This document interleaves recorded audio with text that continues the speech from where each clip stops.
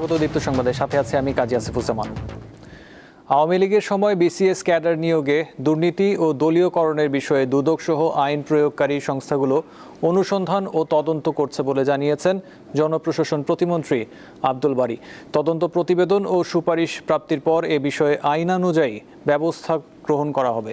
জাতীয় সংসদে পাবনা ৫ আসনের সরকারি দলের সদস্য শামসুর রহমান শিমুল বিশ্বাসের টেবিলে উপস্থাপিত লিখিত প্রশ্নের জবাবে প্রতিমন্ত্রী আরও বলেন, আওয়ামী লীগ সরকার গত ১৬ বছরে বিসিএস প্রশাসন ক্যাডারের ১২ জন কর্মকর্তাকে বাধ্যতামূলক অবসর প্রদান, ৩৯ জন কর্মকর্তাকে চাকরি থেকে বরখাস্ত এবং ৫৬৪ জন কর্মকর্তাতে ওএসটি করেছে। এর আগে সকালে ডেপুটি স্পিকার কায়সার কামালের সভাপতিত্বে ত্রয়োদশ জাতীয় সংসদের প্রথম অধিবেশনের বৈঠক শুরু হয়।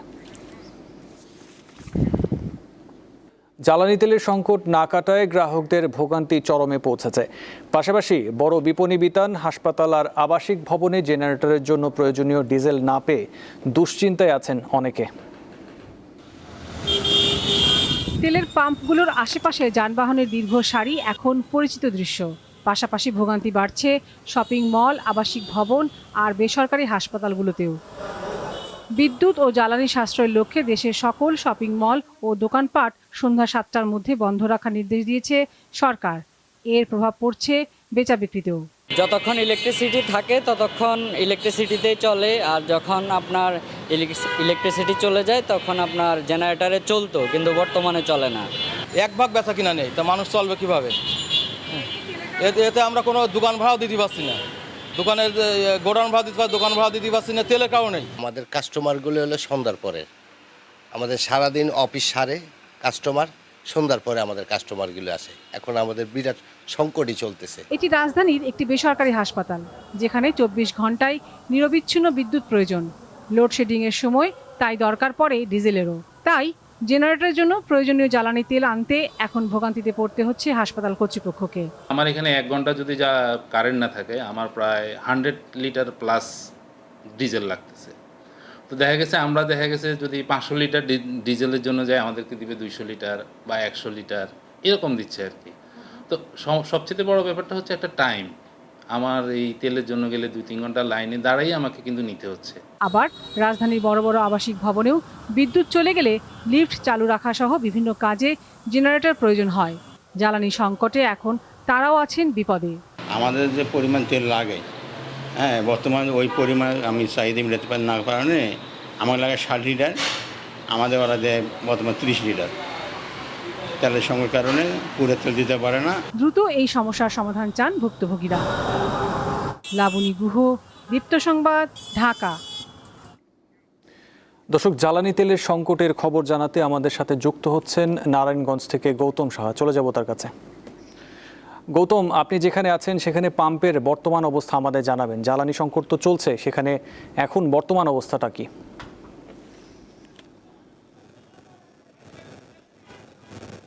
নারায়ণগঞ্জের চাষারায় ৩টি পাম্প রয়েছে। ৩টি পাম্পেই কিন্তু ২টি পাম্পে আধা ঘন্টা আগে তারা ৬ দিন পরে ডিপো থেকে তেল পেয়েছে বলে জানিয়েছেন পাম্পের কর্তৃপক্ষ। এবং তেল পাওয়ার সাথে সাথে খবর পেয়ে যারা গাড়ির চালক রয়েছে, গ্রাহকরা রয়েছে, ইতিমধ্যেই ২টি পাম্পেই কিন্তু বিশাল আকৃতির তারা কিন্তু সারি করে দাঁড়িয়ে আছেন তেলের অপেক্ষায়। তবে বাড়ছে তেল নিতে আসা যা গ্রাহকদের সাথে পাম্প মালিকদের সাথে বাকবিতণ্ড, এবং সিরিয়াল নিয়ে হচ্ছে তাদের ভিতরে এক প্রকার বাকবিতণ্ডতার বিপত্তি বাড়ছে।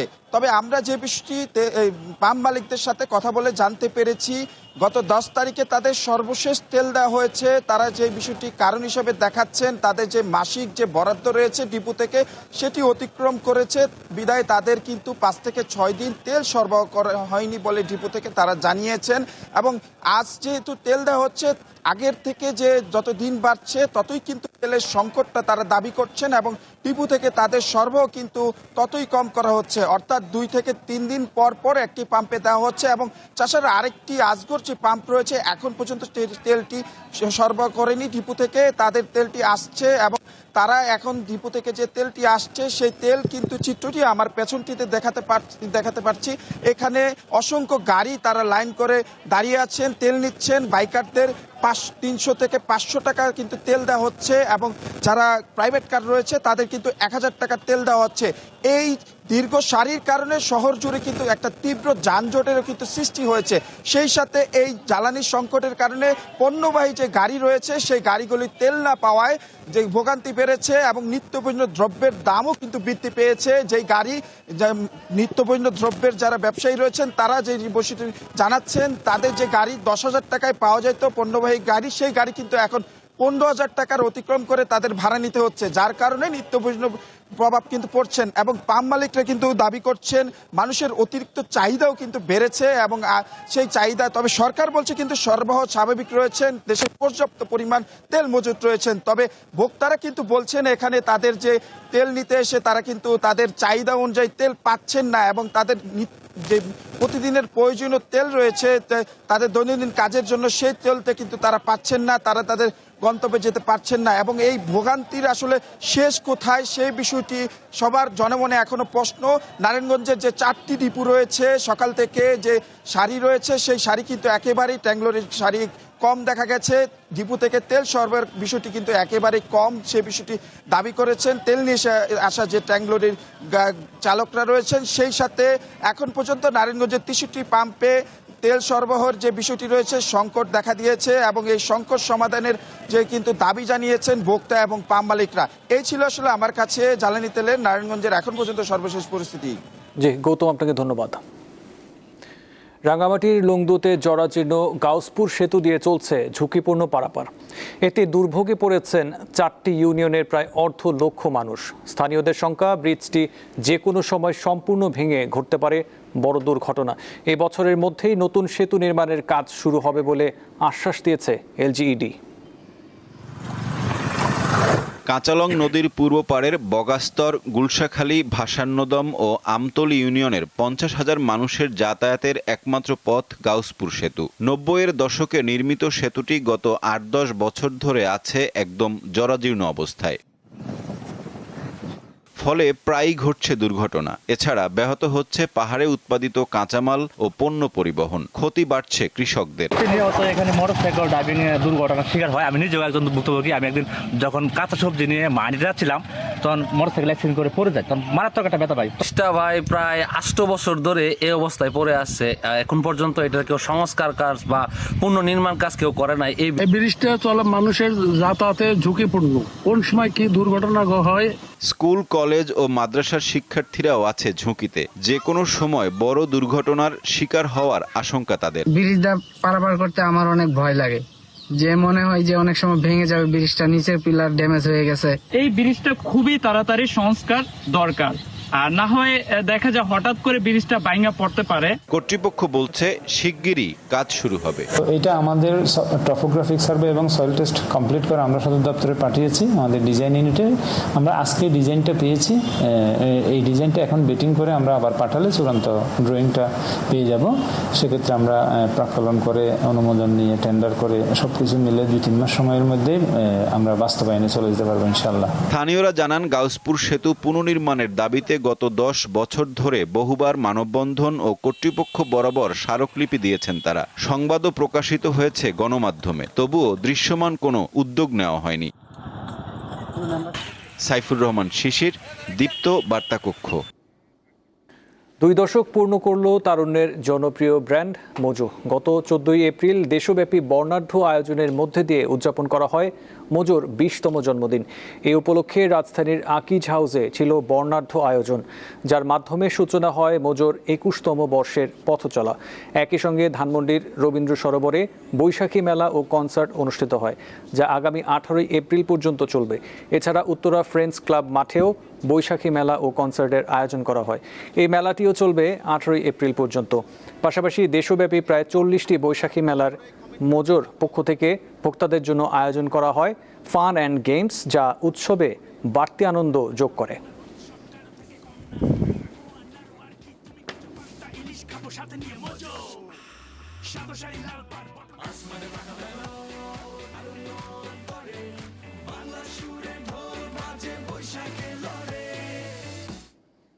রাজধানীর মোহাম্মদপুরের নূরজাহান রোডে নতুন আঙ্গিকে আনুষ্ঠানিকভাবে যাত্রা শুরু করল দেশের অন্যতম জনপ্রিয় ইলেকট্রনিক্স পণ্য উৎপাদন ও বাজারজাতকারী প্রতিষ্ঠান মিনিস্টার মাই ওয়ান গ্রুপের শোরুম মিনিস্টার গ্যালারি।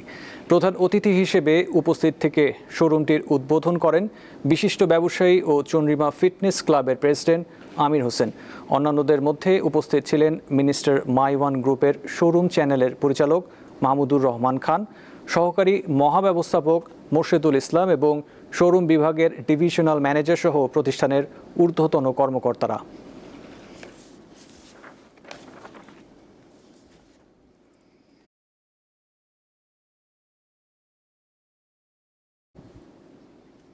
গুরুত্বপূর্ণ সমুদ্রপথ হরমুজ প্রণালী স্থায়ীভাবে খুলে দেওয়া হয়েছে বলে জানিয়েছেন যুক্তরাষ্ট্রের প্রেসিডেন্ট ডোনাল্ড ট্রাম্প।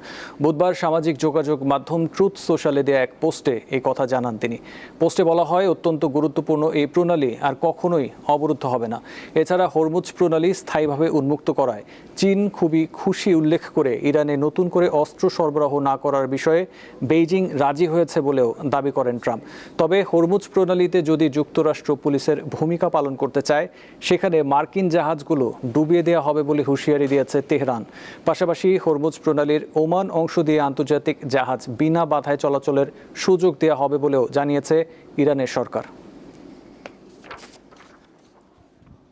ইরানে সামরিক অভিযান পরিচালনায় প্রেসিডেন্ট ডোনাল্ড ট্রাম্পের ক্ষমতা সীমিত করার একটি প্রস্তাব আবারও যুক্তরাষ্ট্রের সেনেটে পাশ হতে ব্যর্থ হয়েছে।